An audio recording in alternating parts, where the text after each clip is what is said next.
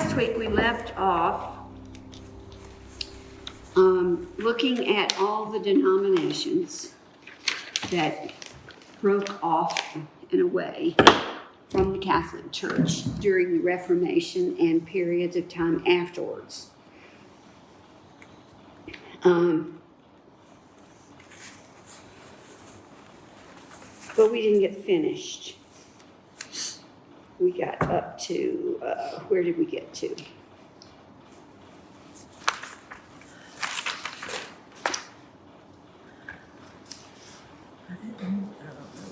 We talked about the Bill of Rights. Let's see, I think we're on the last page.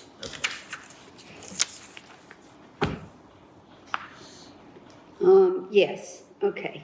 The AME Church was established in 1816.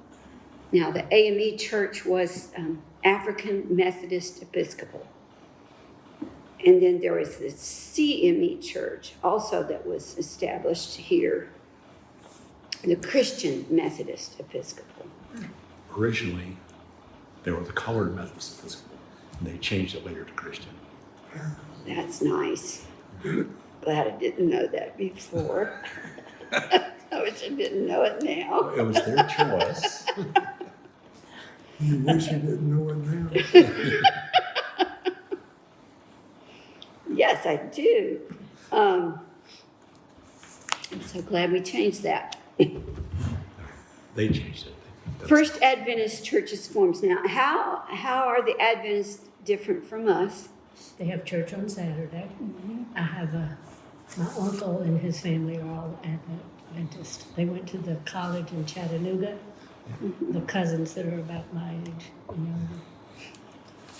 That's the Seventh Day. They don't eat pork. I know that.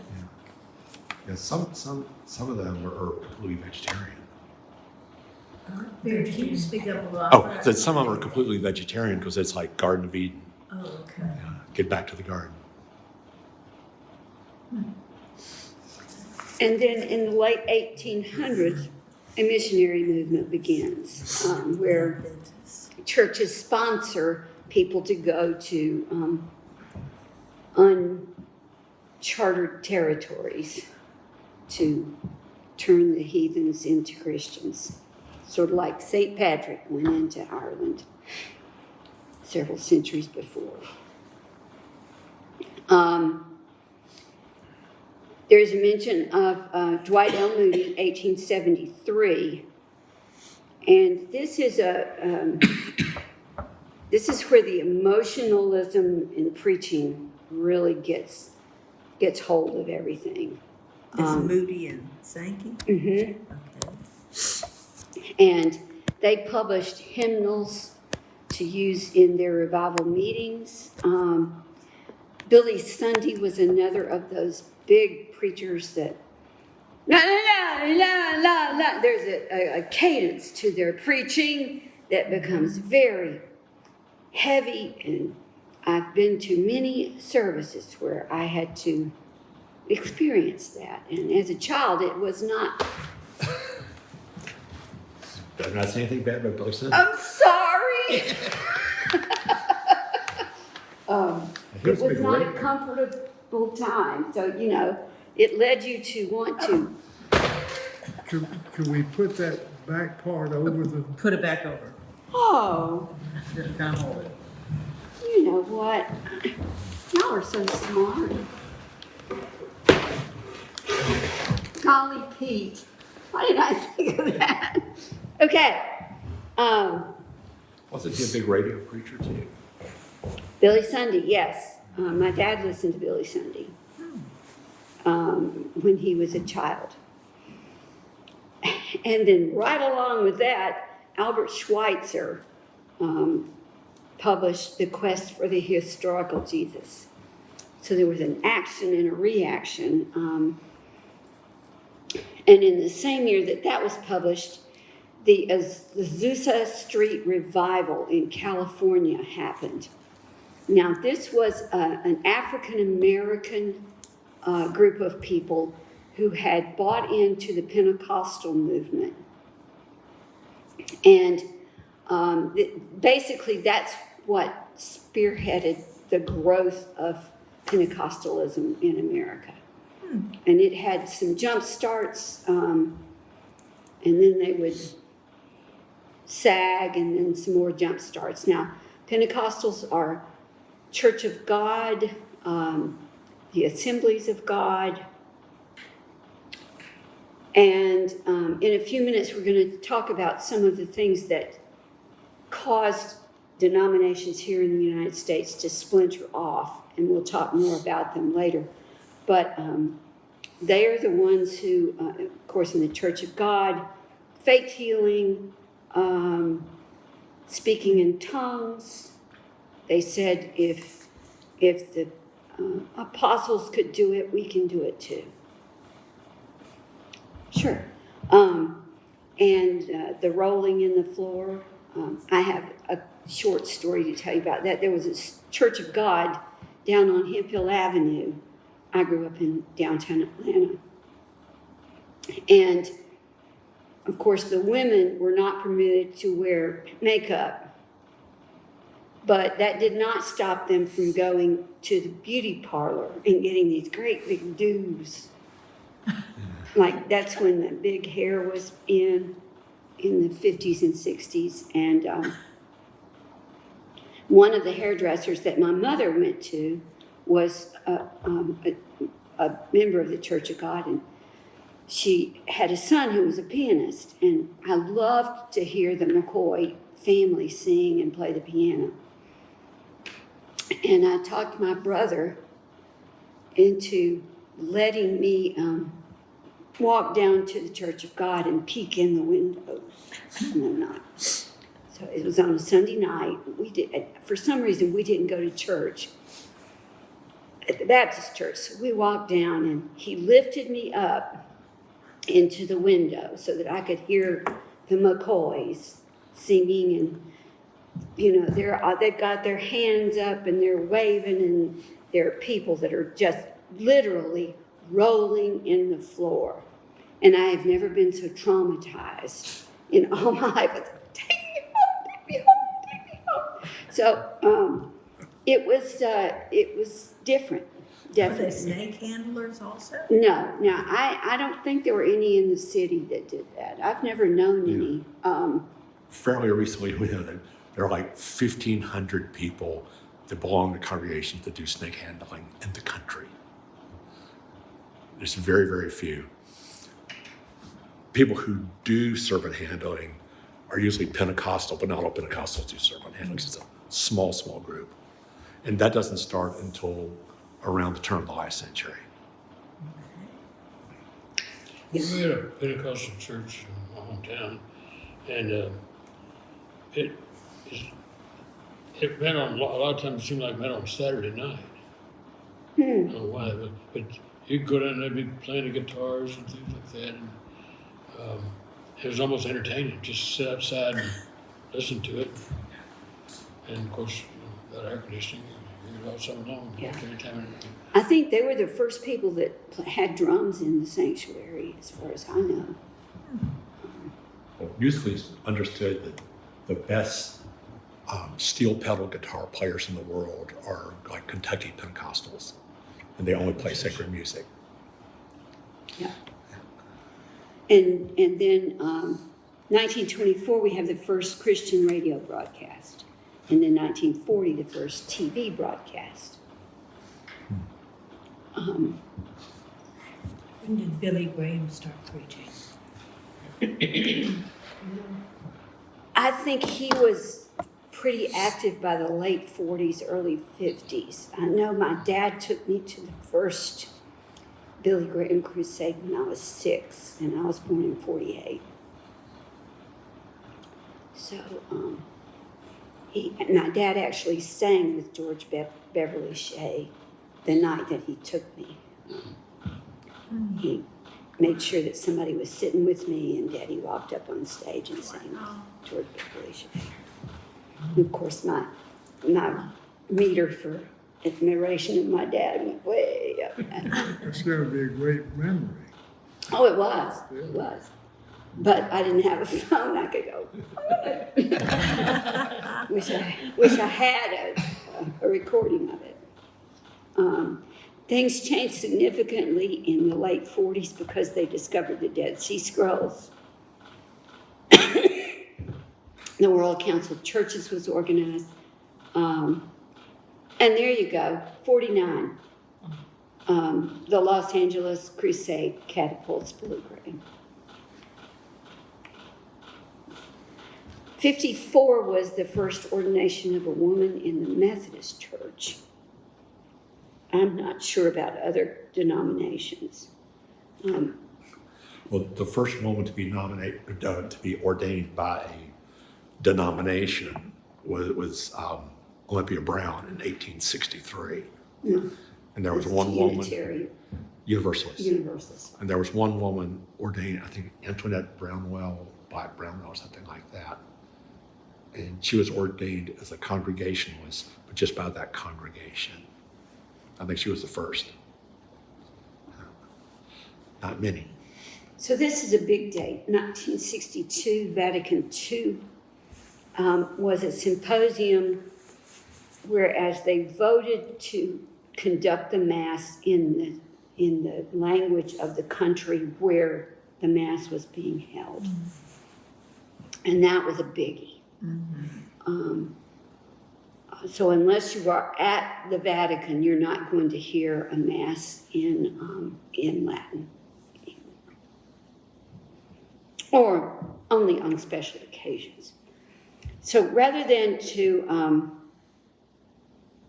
go through each denomination, I thought that we would look at the issues that divide denominations in the U.S. Okay. Baptism was a big issue. Whether or not you're dipped or sprinkled. And what are the denominations that dip? Baptist. The real Christians. Now, Whittemore. There are other denominations, the Pentecostals, immerse. Yeah, disciples. Disciples of Christ. And then there is the issue of predestination versus free will. That was a big one. And we can discuss who's on, which side are you on, boys? And the most predominant on the predestination side is, of course, the Presbyterians. And free will are the Baptists. The ones that aren't the primitive Baptists, because they're hardcore predestinarian. And then there's grace versus works. Now, I don't recall having ever heard my dad, who was a Presbyterian at heart, talk about grace versus works. But my family, who was Baptist, that was often the most theological conversation they had. You don't get to heaven by grace alone, it's works.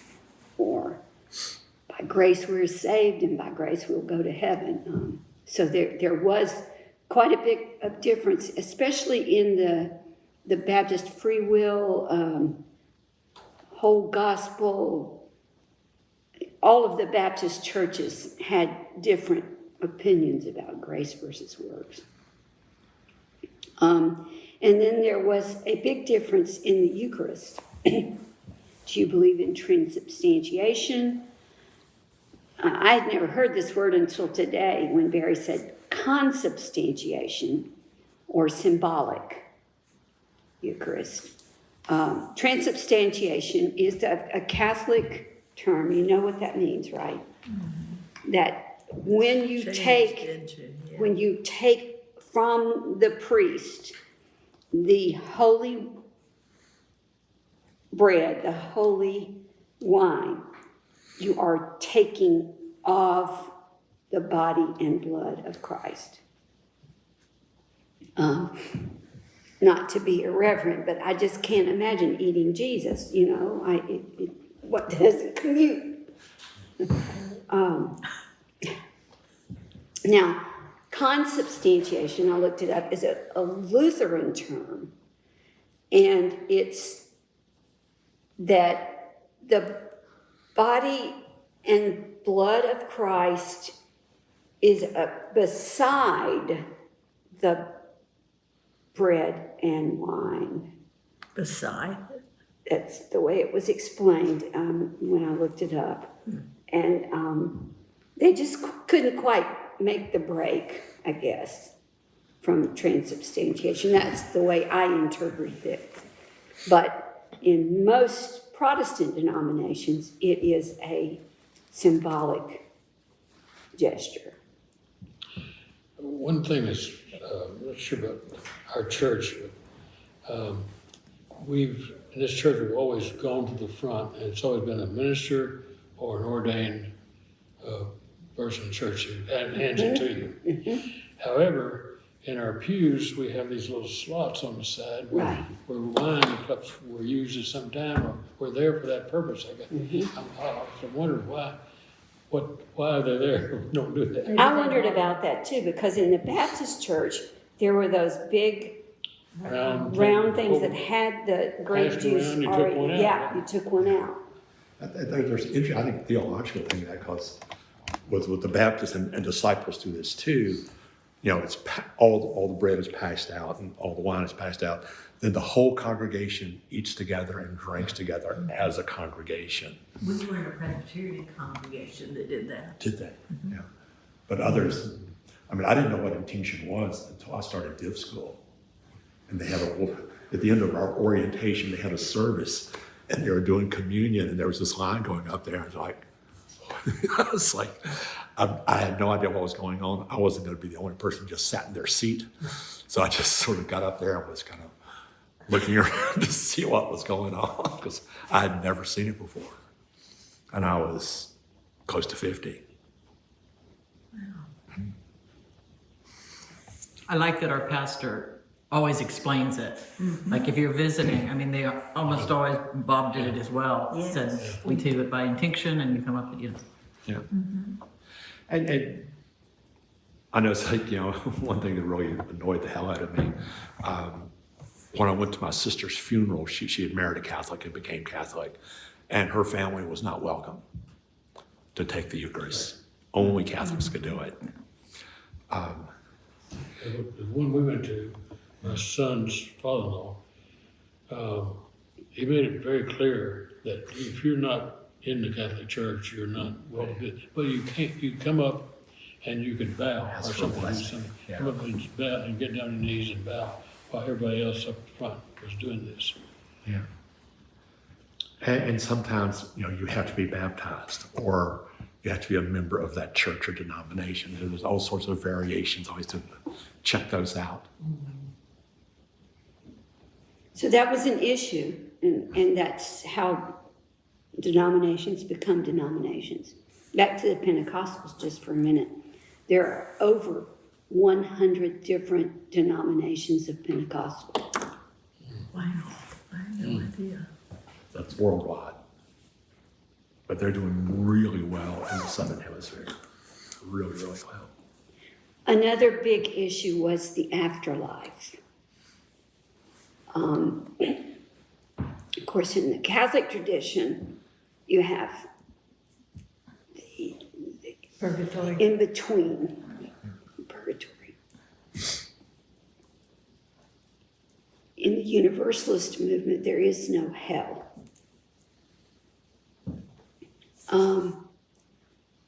And the Seventh-day Adventists, Jehovah's Witnesses believe in annihilation.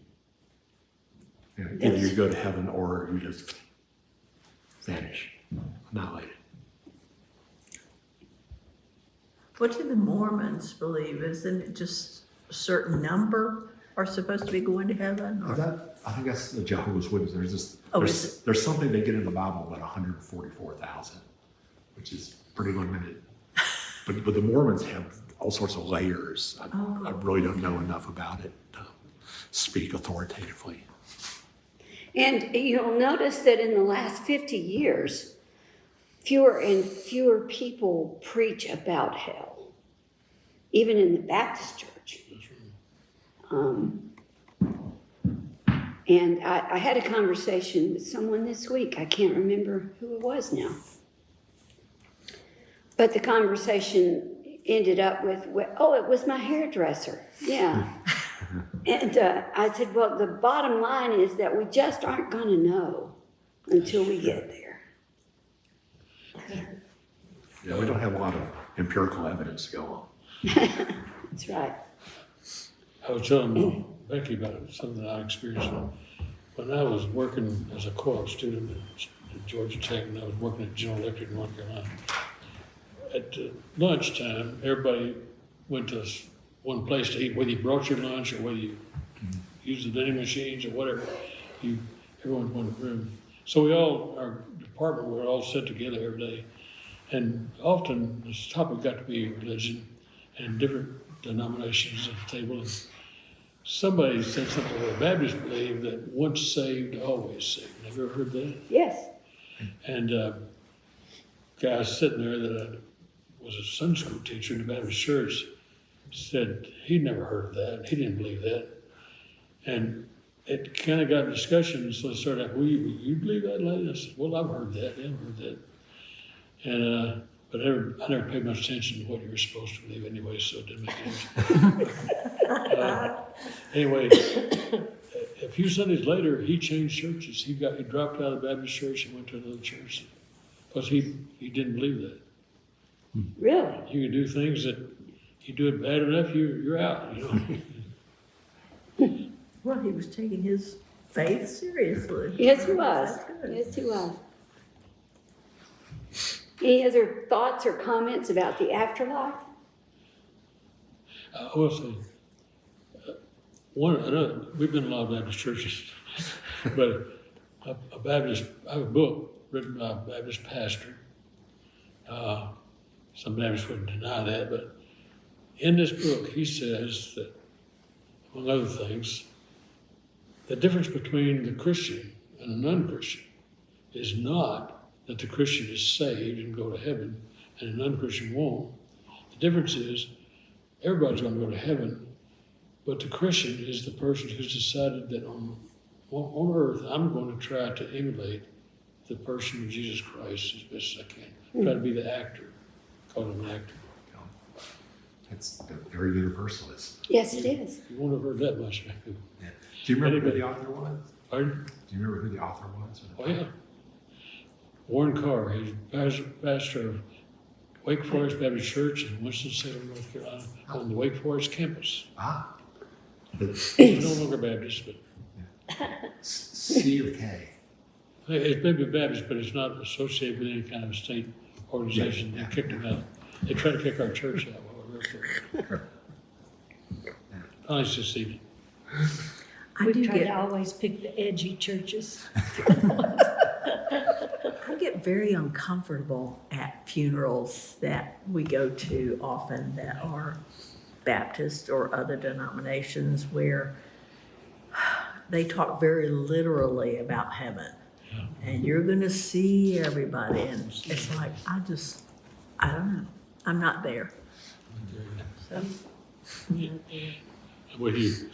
I kind of believe that we make our heaven or hell on earth, yes. and how we live our lives, that's it. And people don't make very good choices a lot of times.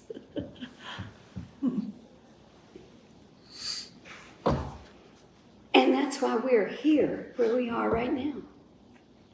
Because we've made decisions about what we believe, and we want to be together with like-minded people to worship freely.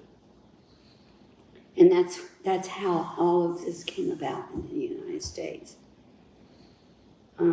It's been a long process and an arduous one for a lot of people. The other thing that has been, especially in the 20th and 21st centuries, the other thing that's been a significant factor is social issues. Are we going to let a woman be a deacon? Are we going to let a woman be a minister? Are we going to let a woman do anything? I went on Mother's Day with my mother when she was 80 to the Baptist church that I had grown up in. And the minister said, on Mother's Day, I think I need to repeat that mothers need to stay home with their children and not work. It doesn't matter if you don't have a nice home. You just need to stay home with your children. And my 4-year-old daughter looked up at me with, tears rolling down her face. Mommy, will you stay home with me? And I waited till the next hymn, and I said, Jennifer, get your purse, we're leaving.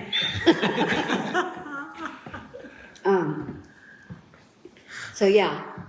Well, they didn't have official positions, but I know in the Baptist churches, especially growing up, the women carried everything. I mean, they made things happen. They just did. Taught Sunday school. They made food for dinners. They led groups. My mom was always in the WMU. I was going to say WMU. Supporting missionaries, sending stuff to them. Well, sometimes ministers talk about this. If you go back a ways, when women were starting to get educated, but there were no opportunities for them, in the business world or anything like that, there were these bright, creative, educated women and no place to really do the work. And they were in the church, and it's like the male minister could sit up there and they just did all the work. And some of us will sit back and kind of mourn those days, like, now we have to do it all. Or we just have this, cadre of bright, educated, creative women who did so much work in the church.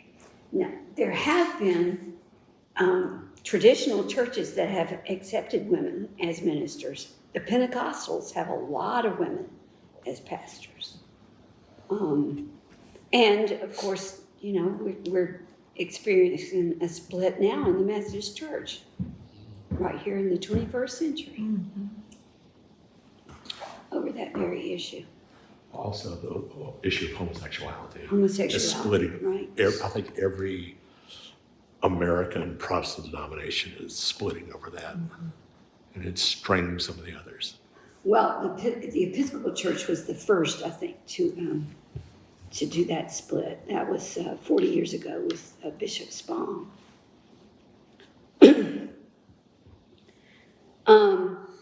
And then there are lots of churches that have unusual practices in worship that they thought worship should be done this way. And so they pulled away from the larger Protestant churches. For example, the Quakers. Have any of you ever been to a Quaker service? I don't think so. Okay.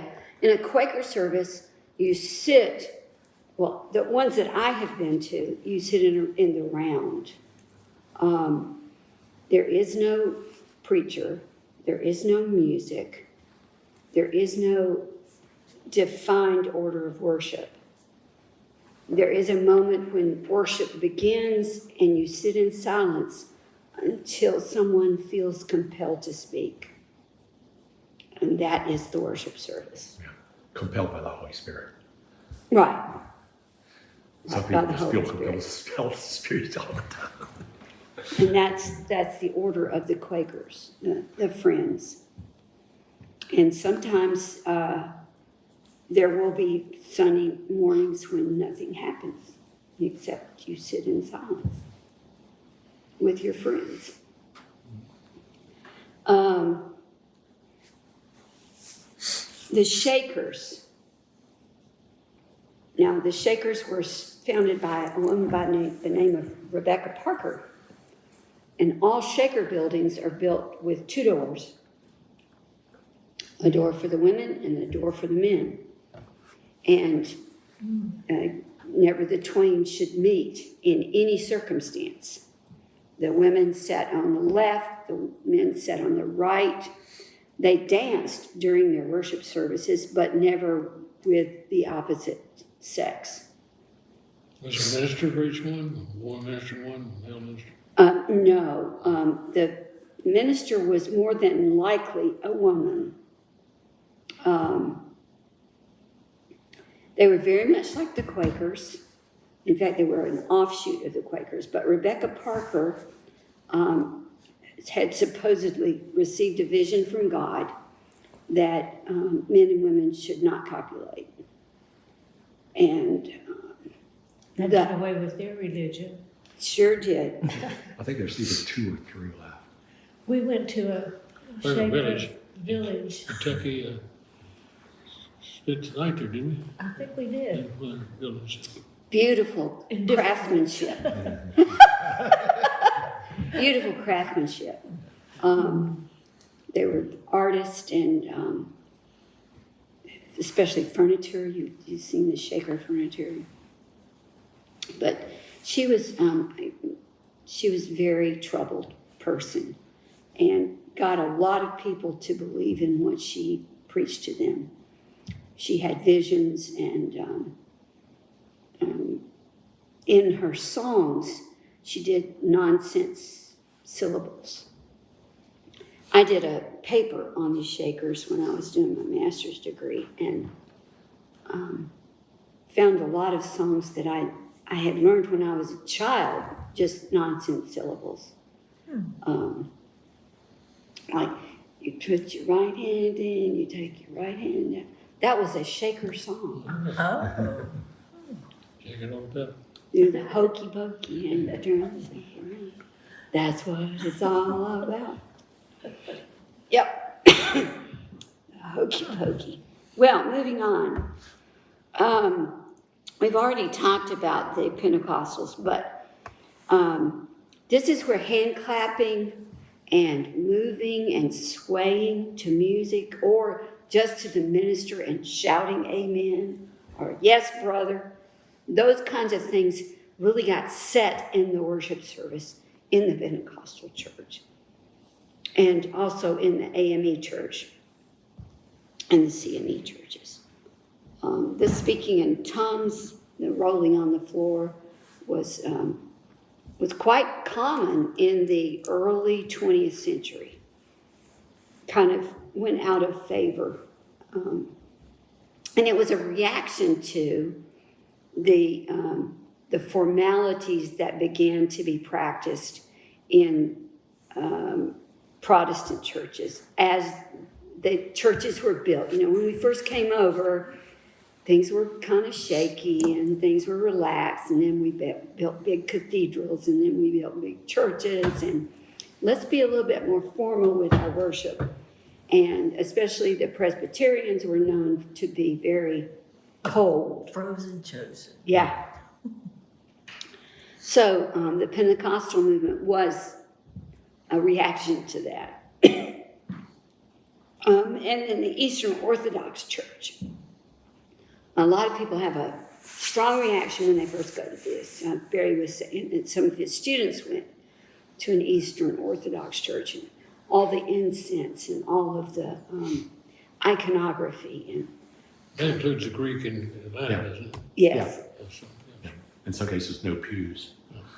yeah. No pews. Russian Just Orthodox. for the whole thing, yeah. Some of them found it more jarring or different than going to a mosque. And the evangelistic movement and the Pentecostal movement were sort of hand in hand. But then there was Billy Graham. He was not a Pentecostal. He was actually a Baptist. But he wanted thousands of people to come down and commit themselves to God, to Christ, in one fell swoop, you know. And there were others who did that. And Oral Roberts was famous for doing that on television. And, of course, Oral Roberts was, "Send me money and I'll heal you." Yeah. So things have changed so fast in the last 200 years as compared to 2,000 years. I'm running out of time, so let's look at this. This is the liturgical calendar that is practiced today. This is the outline of the year. There's Advent, Christmas, Epiphany, and then a little time in here that's called ordinary time, where there's nothing special happening. Then we go to Lent, which includes Shrove Tuesday or Mardi Gras, and Fat Tuesday, Ash Wednesday, which is the beginning of Lent. Then we get to Holy Week, which is 40 days later, Palm Sunday, Maundy Thursday, Good Friday, Easter Vigil, and then Easter. 50 days later is Pentecost. And then the ordinary time is counted as first Sunday after Pentecost, second Sunday after Pentecost, third Sunday after Pentecost, fourth Sunday after Pentecost, and on and on and on it goes.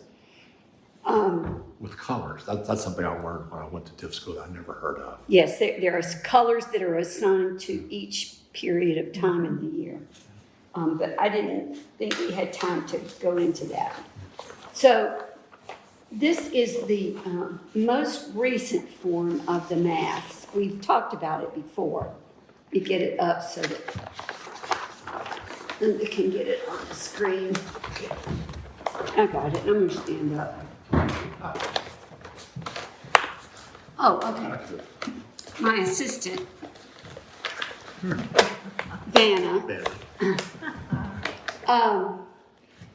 There is the entrance or the introit. Now, they're using English words now.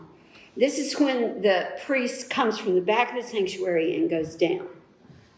This can be a hymn, a psalm, or it could be an organ instrumental. Then they give the greeting. Then the penitential is the Kyrie. Then the glory to God is the Gloria. The collect is a prayer. There are two more sections of the Mass. There's the Liturgy of the Word and the Liturgy of the Eucharist. In the Liturgy of the Word, there's a first reading, a second reading, and the sequence, which can be a hymn or a choir piece. The Gospel acclamation, and then a homily. The citing of the Creed, that's the Nicene Creed, and the Universal Prayer. That's not the Lord's Prayer, it's different. So the Catholics use the Nicene? Then there is the Liturgy of the Eucharist. During the preparation of the gifts, there is either a hymn, a choral piece, or an instrumental piece, then a prayer, then the Sanctus, and the memorial acclamation, which is an Amen. Then communion. Usually during communion, there is music. Then they call it Our Father. It's the Lord's Prayer. And the doxology. Then the Agnus Dei. And then a communion chant, a hymn, or a song done by the choir. Then there's a post-communion hymn, a prayer. Then the concluding rite is a blessing and a dismissal, and then the priest exits in the recessional. So that's today's Mass. Now, take a look. Am I done? Yeah, sure. Take a look at our service.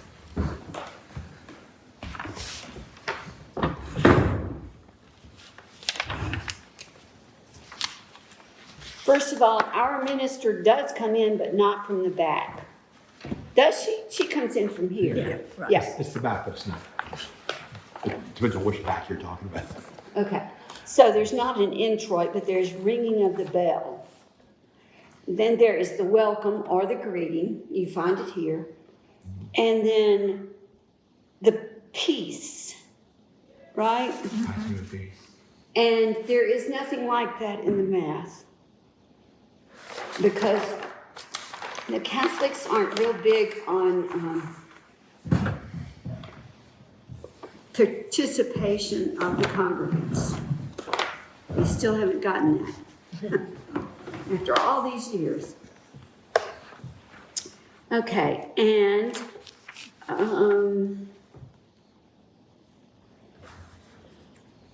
We do the Kyrie and the Gloria. Sometimes it's not in there, is it?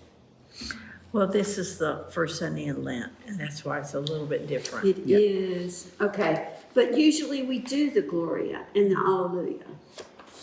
Which Bellum is. Yes.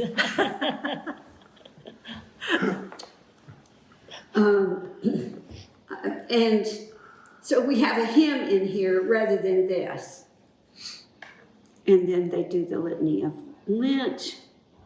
There is a prayer, which is said by the congregation, and that's not done in the Catholic portion.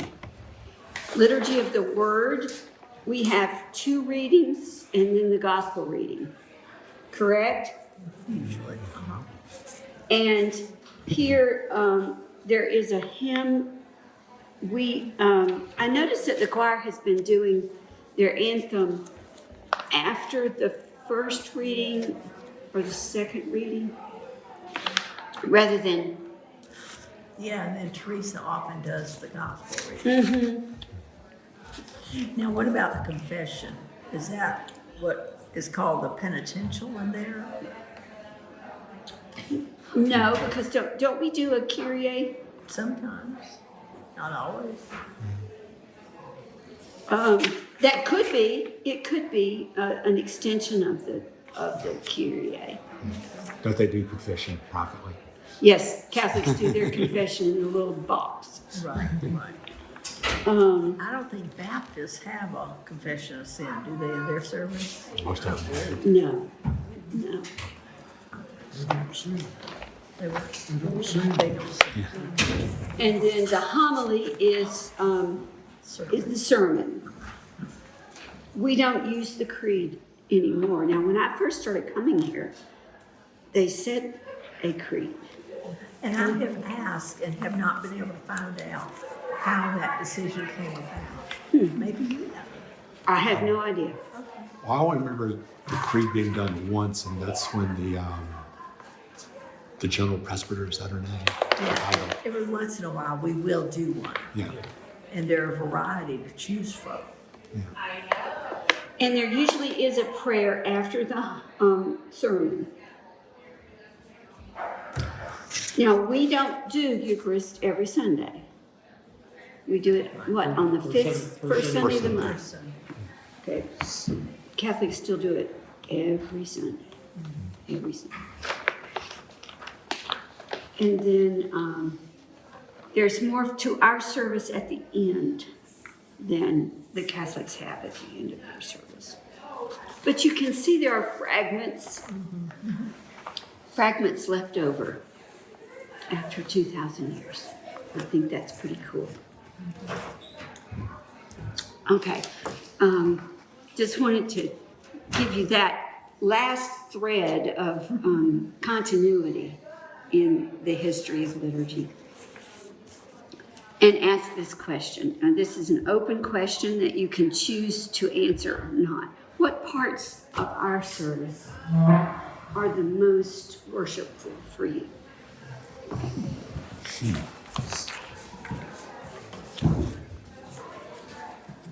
It may be because back then, I remember having this in church. We have this time of confession. And I think that's worthwhile, and it adds something to me, and I'm glad we did that. I don't have to do what they do necessarily, but I'm just thinking about the words that you say, that we've fallen short. We say that. We don't say definitely or anything. We just acknowledge that we've fallen short.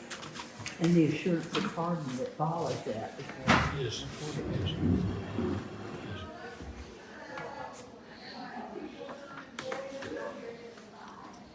I always like the connection of the passing of the peace.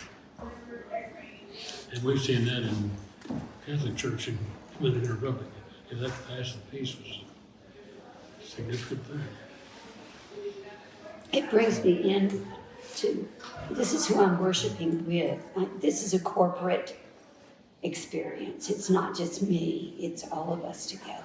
And when we sing the hymns together and have the Lord's Prayer together, and I hear the other voices, I really like that Yes. part. And mentioning the Lord's Prayer every single Sunday, I think somewhere all over the world, right this very second, somebody else in another church is saying that same prayer.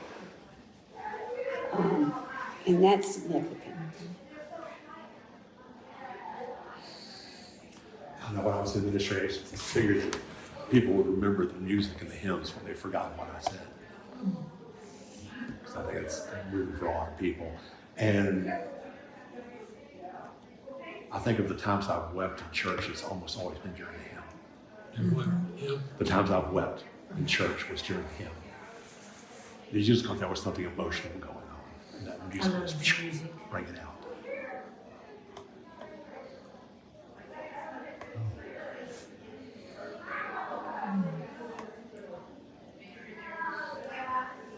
And different worship services have different moments for me that are more or less worshipful. Sometimes it's in the sermon, sometimes it's in a prayer. I like it when we change the prayer of confession. I like it when there are different words and not always the same too. It makes me think about it. See, a really good sermon. They get me. Sometimes they do, sometimes they don't.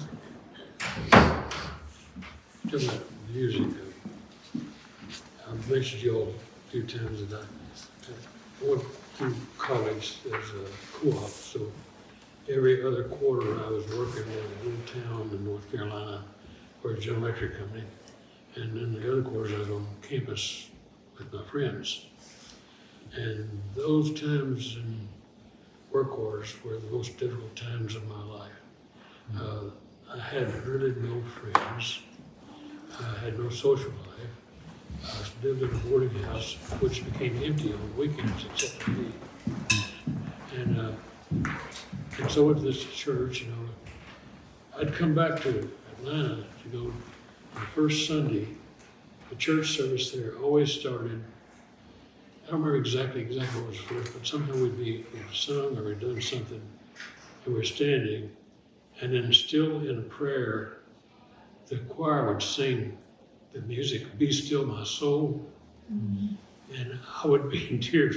I'm so happy to be back at this place that welcomes me, and I know all these people, and it just became, and I've told Lisa Deaton I want her to sing that a cappella at my funeral, so it's from the music from the Finnish composer Sibelius. It's from part of the national anthem of Finland. Right. But it just, one of those things,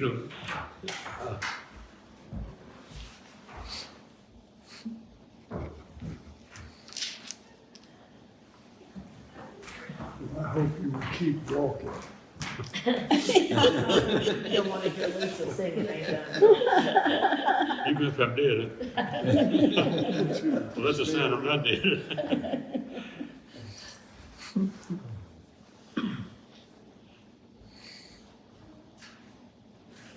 Any other thoughts? I have a thought that you've done a wonderful job Yeah. presenting this. Oh, thank you. It's not something I've ever heard anybody do or read anything about it. Yeah. Thank you. And my last question is, what are some outside of corporate worship experiences that you find worshipful? Sitting on our screen porch and listening to the birds in the dark sometimes. The birds don't sing in the dark. Walking in the woods. Nature. I mentioned this to Becky, they were talking about, you're gonna ask this question, and this friend of mine and I that did all this hiking on the Appalachian Trail, just in day hikes, we didn't go. We had this one hike this day. There was no forecast of snow, but we were hiking the Ben Mackay Trail that, as it goes from Georgia to North Carolina, up in the western part of the state. And so we get to the trail, and we've taken our car around the one end, now we're about to start down here, so we're in the last part. So, and it starts snowing, and we've got to go up this mountain, and it just gets deeper and deeper. And of course they did. But we actually got off the trail because that part of the trail is called wilderness, and they don't allow you to put blazes on the tree. And so the snow has covered the trail. And we got off the trail, we had to get back on it, so that was the worst. Anyway, we get up to the top of this mountain, and we measured the snow, it was 6 inches deep.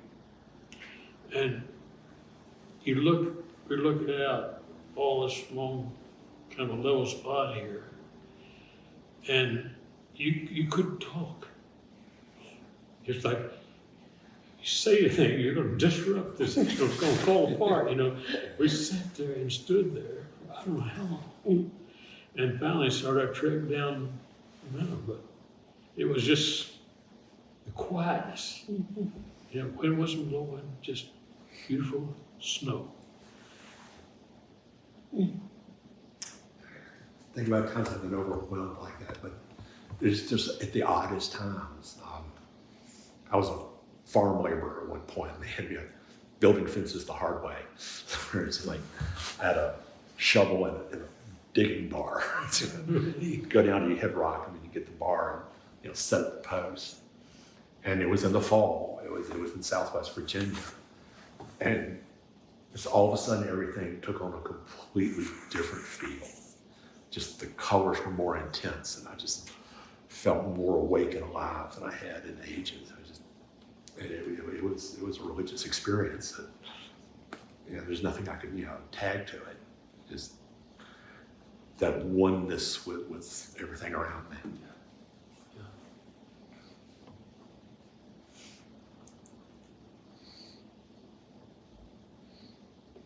A very important part of church to me, beyond the corporate worship, is the women's spirituality group. I get an awful lot of feeding, I don't know the word, from that. I do too. Spiritual nourishment. Mm-hmm. I used to sing with the Atlanta Symphony Orchestra chorus. And in the early 80s, we went to New York City and sang 3 nights in a row at Carnegie Hall, 3 Requiem Masses. And the third night, we sang the Berlioz Requiem. And it's fun to be in the chorus because you look down on the orchestra, and the trumpet players especially are notorious for having Sports Illustrated or car trends magazines on their music stands. And they're, they'll play, and then they're looking at stuff, and very irreverent. I don't like trumpet players, but I hope none of you are. Anyway, Mr. Shaw was his masterful self that evening, and it's usually when the performance is over, we all walk off and we're just chatting about what bar we're going to go to, and or what we're going to do after it's over. And during the performance, we could just feel the emotion growing and growing during the performance. And when we got to the Dies Irae, I looked down, and the performers in the orchestra were feeling it also. And of course, we got lots of standing ovations. But the most important thing was that when the performance was over, not one of us nor one of the orchestra members spoke. And we all walked off the stage in silence. I had never seen that happen. It never happened again. But we had been somewhere else. We had been transcended by that moment through the music. And that was one of the most worshipful experiences I'd ever had. To know that corporately 500 musicians took each other to a new place. This is Rubber Shop Ground. You know, when when the wall came down in Germany, a lot of things happened, went on, but the Atlanta Symphony was invited to come to Berlin and sing the Ninth Symphony of Beethoven. Oh, wow. And singing it with their choral group and the orchestra. And the write-up in the Atlanta Journal-Constitution by the person who went that tour and was backstage after it was over, said, wrote this story about this German woman who came up back the stage and with tears in her eyes said just how much she appreciated it. She hadn't heard this since the wall had gone. Oh, man. Music could do a lot. You know, it's very emotional. Yeah. Yes. Yes. At one time when I saw almost everybody cry, I was an intern. It was a Unitarian church, but our associate minister was a very committed Christian. And we had a Maundy Thursday service with foot washing. And if no one's ever washed your feet, or you've washed somebody else's, it's just, Well, come to our Monday, We're Thursday gonna service. do it. This year, we are going to do a foot washing. All right. it's just, and I'd witnessed it at a Primitive Baptist church because they're having their homecoming. It's usually fairly closed, but I said, is it okay if I sit in here while it's going on? Because it was like only members of the church were allowed the communion, but they came over and asked me if I wanted it. I just said no. But you know, everybody had their feet washed. There was tears everywhere. It's a humbling experience. I've only done it once, but it was right after a Seder meal at an Episcopal church. Very lots of food. As a nurse, I'm sure you have. I didn't get too much out of it. But has anybody ever washed yours? No.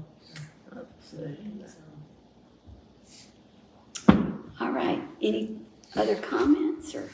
Kathy, this has been wonderful. Yeah. Thank you so much. Oh, you're so I'm sorry welcome. more people didn't come, but this has just been very informative and enjoyable, and I've just learned a lot. Well, good. Thank you. Good.